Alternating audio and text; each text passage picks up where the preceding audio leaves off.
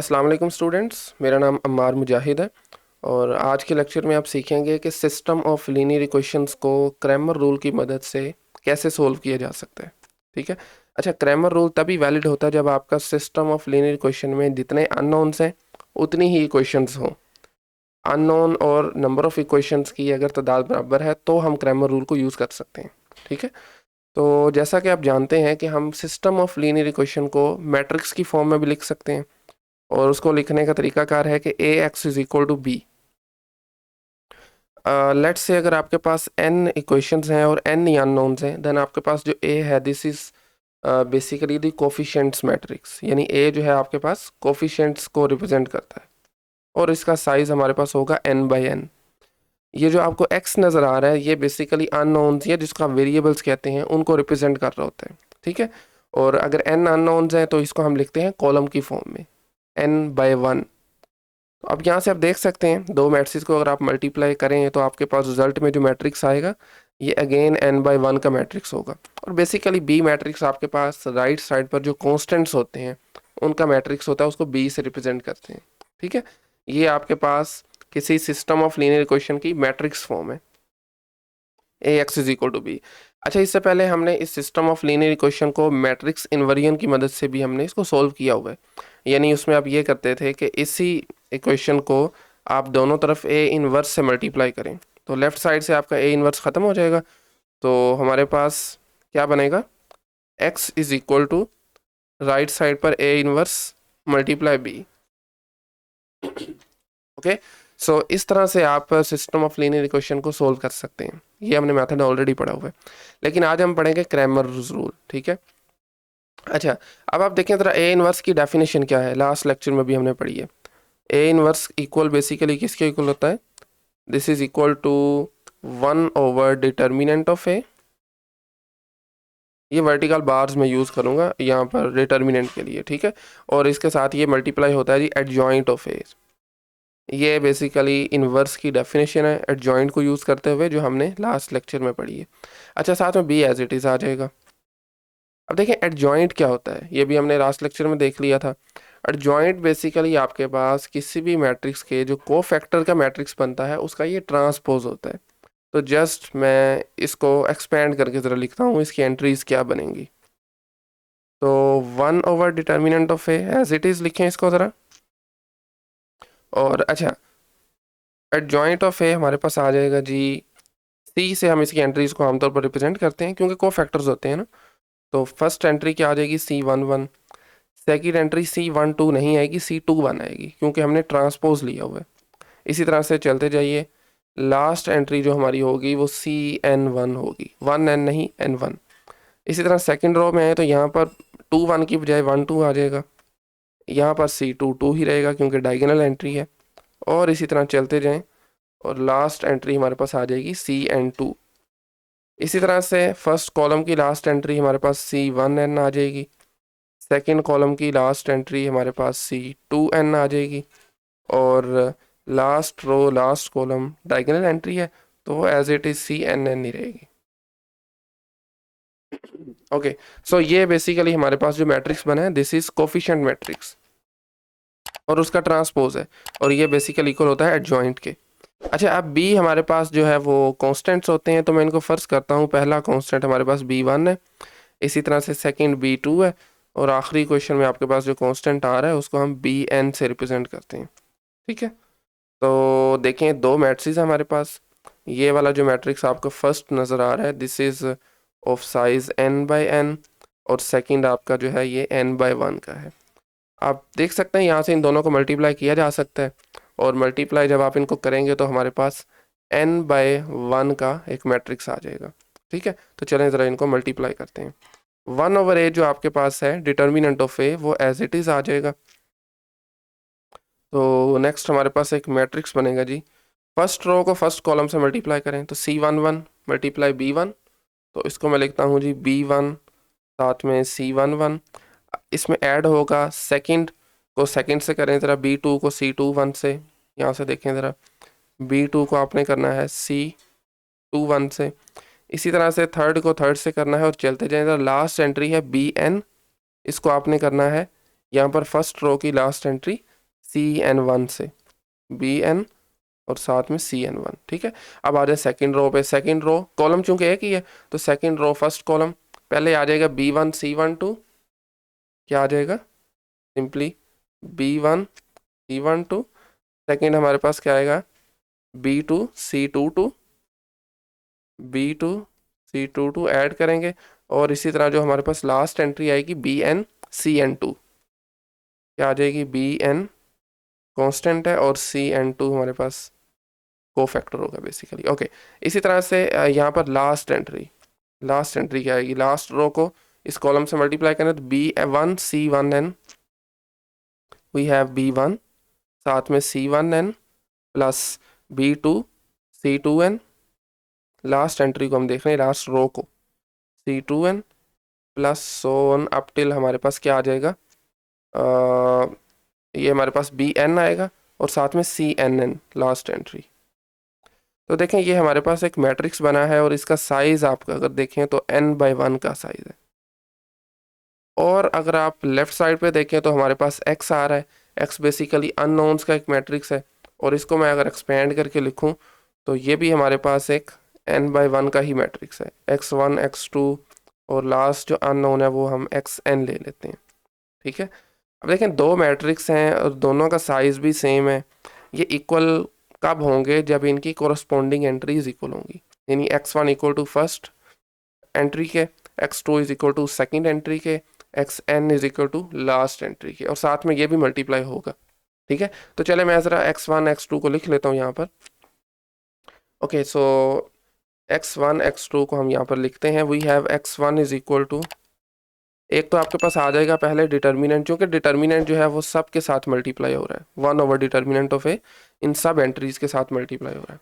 अच्छा, साथ में फर्स्ट एंट्रीज की आ जाएगी विच इज़ B1C11, उसके साथ ये फर्स्ट एंट्री ही चल रही है क्योंकि दरम्यान में प्लस का साइन है ना, B2C21 प्लस लास्ट एंट्रीज की आ जाएगी BNCN1, ठीक है। ये हमारे पास आ गया x1 के इक्वल।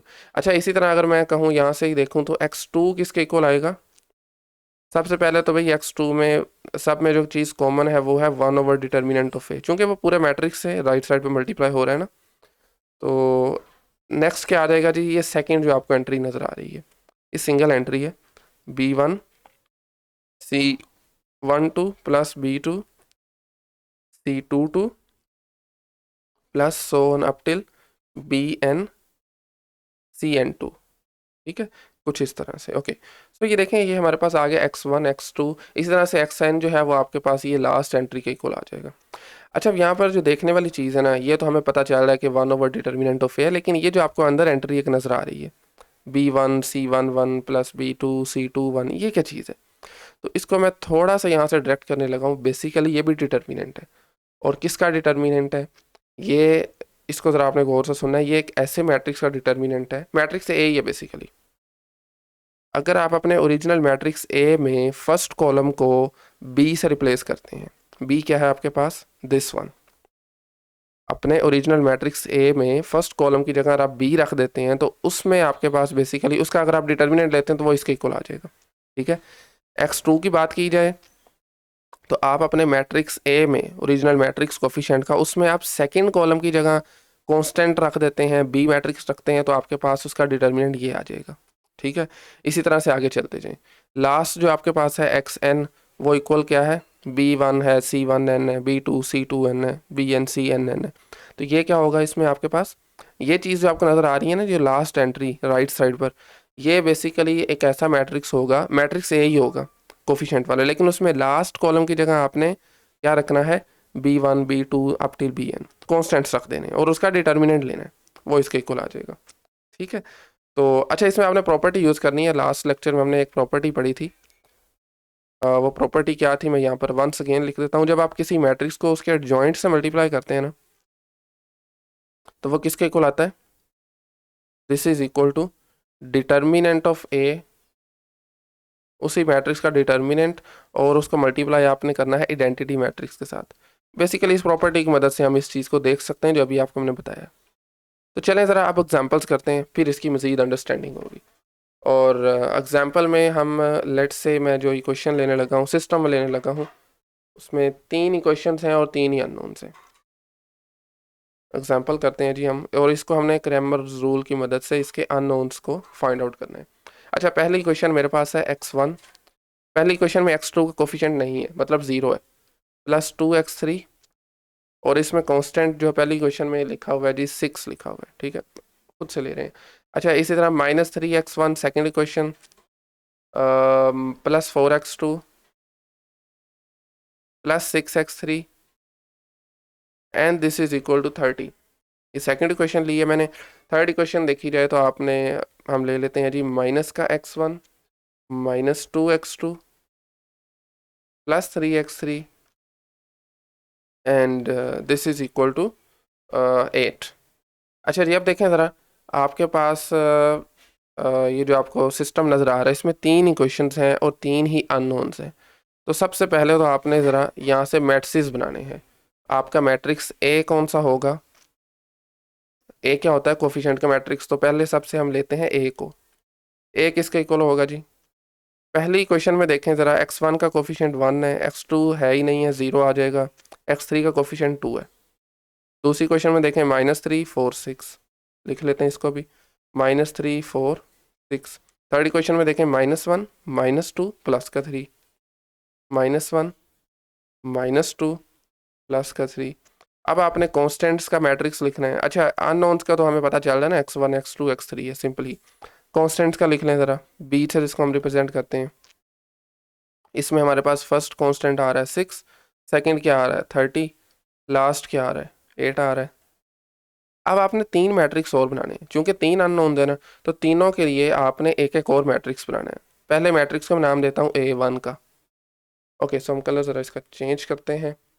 पहले मैट्रिक्स को मैं A1 का नाम दे देता हूँ, और इस मैट्रिक्स में आपने क्या करना है, आपने ये जो कांस्टेंट है ना, इनको ज़रा पहले कॉलम में लिखने, 6 30 और 8। बाकी आपने काम वैसे ही करना है। जो ए मैट्रिक्स आपको नज़र आ रहा है यहाँ पर, उसका सेकंड कॉलम यहाँ पर लिखें 0 4 -2, और थर्ड कॉलम भी लिख रहे हैं एज इट इज़ 2 6 3। ठीक है, ये आपके पास मैट्रिक्स आ गया A1। इसी तरह अब हमने एक और मैट्रिक्स बनाना है, जिसको मैं A2 का नाम दे देता हूँ। A2 में आपने ये करना है, दूसरे कॉलम को कॉन्स्टेंट से रिप्लेस कर देना है। पहला कॉलम आपका एज इट इज़ आ जाएगा, ए वाला 1 -3, देन वी हैव माइनस का 1।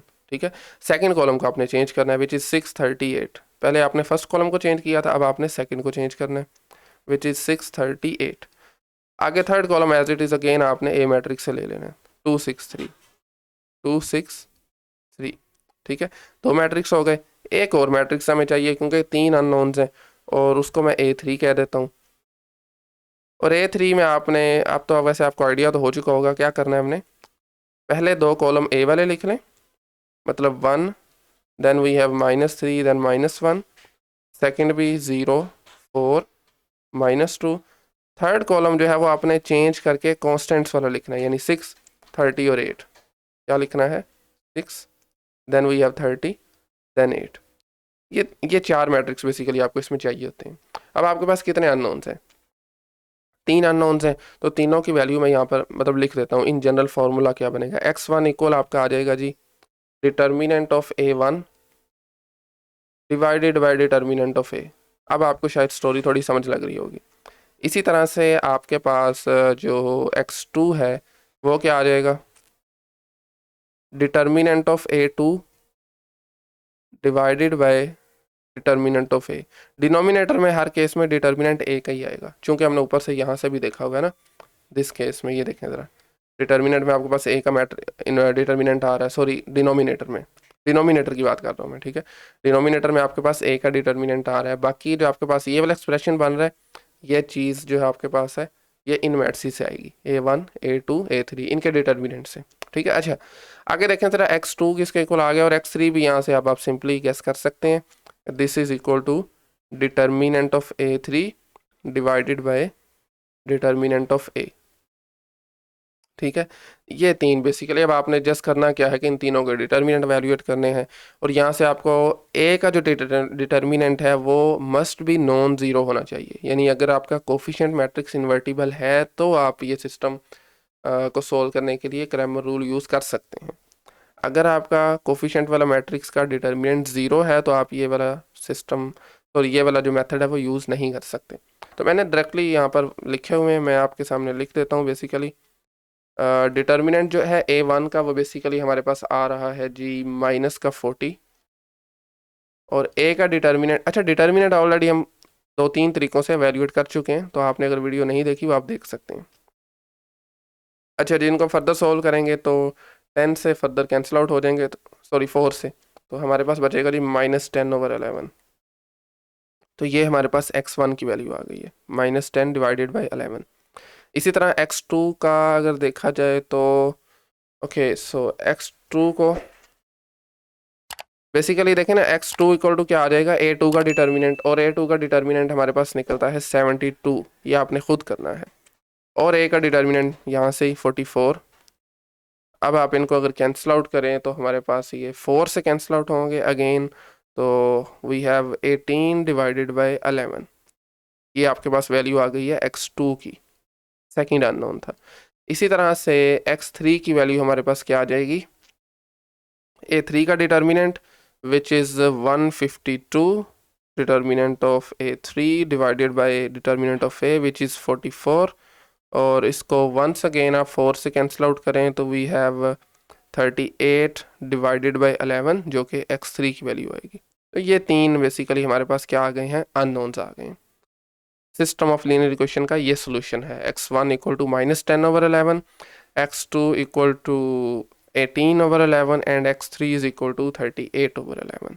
ठीक है, तो आज के लेक्चर में हमने basically system of linear equation को क्रैमर्स रूल की मदद से सॉल्व करना सीखा है। ठीक है, आई थिंक आज के लिए इतना ही। क्वेश्चन अगर आपका कोई है तो कमेंट सेक्शन में पूछ सकते हैं, अदरवाइज नेक्स्ट जो हमारा लेक्चर होगा वहाँ से हम बेसिकली चैप्टर नंबर 3 स्टार्ट करेंगे, यूक्लिडियन वेक्टर स्पेसेस का। ठीक है, ये चैप्टर हमारा वाइंड अप हो चुका है। सो आज के लिए इतना ही, थैंक यू वेरी मच।